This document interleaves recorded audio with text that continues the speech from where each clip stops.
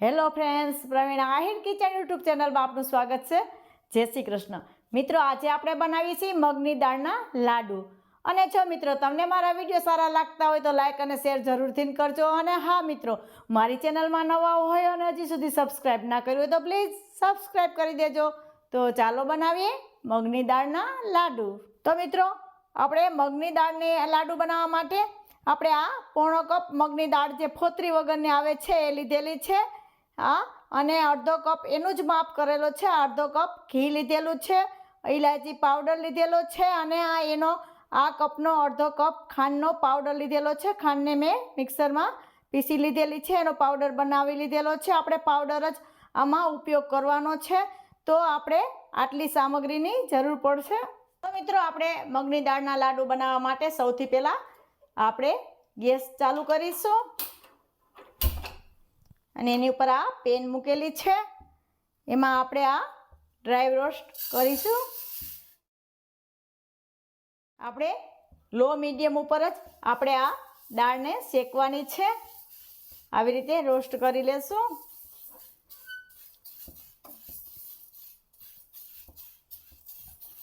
મગની દાળના લાડુ એકદમ જલ્દીથી બની જાય છે અને ખાવામાં પણ ખૂબ સારા લાગે છે। આનો ટેસ્ટ કંઈક અલગ જ હોય છે।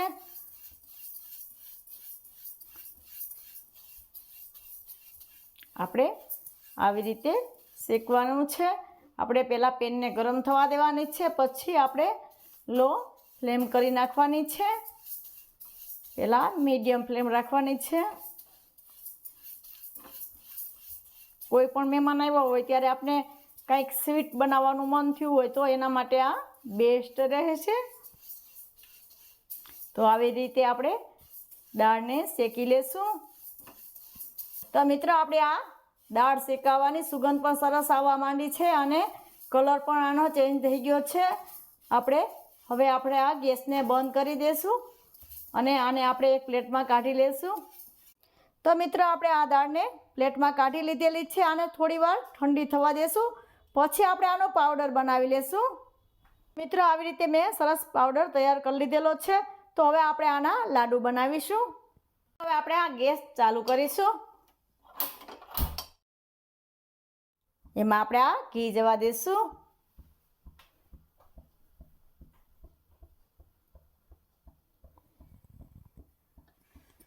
ઘી ગરમ થઈ જાય એટલે આપણે આ પાવડરને જવા દઈશું। હવે આપણે આવી રીતે શેકી લેશું।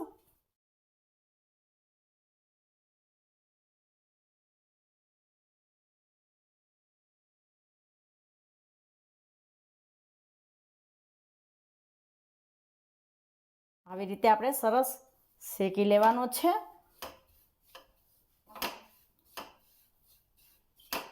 આપણે આને રોસ્ટ કરેલ છે આપણી દાળને, એટલે શેકવામાં એટલું બધું વધારે નથી શેકવાનું। હવે આપણે એમાં ખાંડના પાવડરને જવા દઈશું અને સારી રીતે મિક્સ કરી લેશું।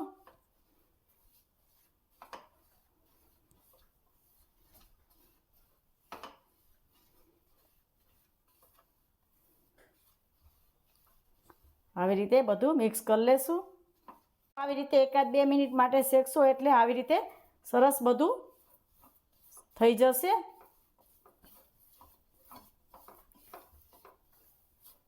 હવે આપણે આમાં ઇલાયચી પાવડરને જવા દઈશું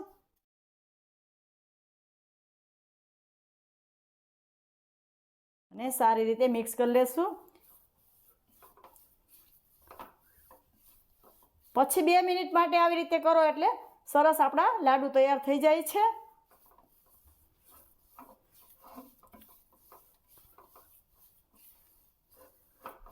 આ લાડુ ફટાફટ બની જાય છે। હવે આપણે આ સરસ પેન છોડવા માંડ્યું છે। હવે આપણે આ પેનને નીચે લઈ લેશું અને થોડી વાર ઠંડુ થવા દેશું। તો મિત્રો, આવી રીતે સરસ બધું મિક્સ થઈ ગયું છે। હવે આપણે થોડો ઘીવાળો હાથ કરી લેવાનો છે। આપણે ઘીમાં હાથમાં આપણે આવી રીતે ઘી લગાવી લેવાનું છે અને પછી આવી રીતે લાડુ આપણે જેવડો બનાવવો એવડો લાડવો બનાવી લેવાનો છે. આવી રીતે સરસ લાડુ બનાવી લેવાનો છે.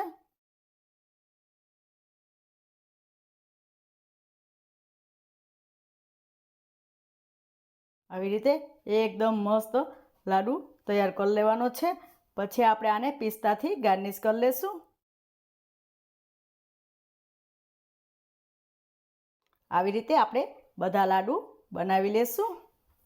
તો મિત્રો આવી રીતે મેં બધા લાડુ તૈયાર કરી લીધેલા છે. આપણે આટલા કપમાં અડધા કપમાંથી પોણા કપમાંથી આપણે 8 લાડવા તૈયાર થયા છે. તો મિત્રો આજે આ મગની દાળના લાડુની રેસીપી તમને કેવી લાગી એ મને કોમેન્ટ બોક્સમાં જરૂરથી જણાવજો. અને આવી જ નવી નવી રેસીપીઓ જોવા માટે મારી ચેનલને સબસ્ક્રાઈબ કરવાનું બિલકુલ ના ભૂલતા. ફરી મળીશું એક નવી રેસીપી સાથે. ત્યાં સુધી જય શ્રી કૃષ્ણ.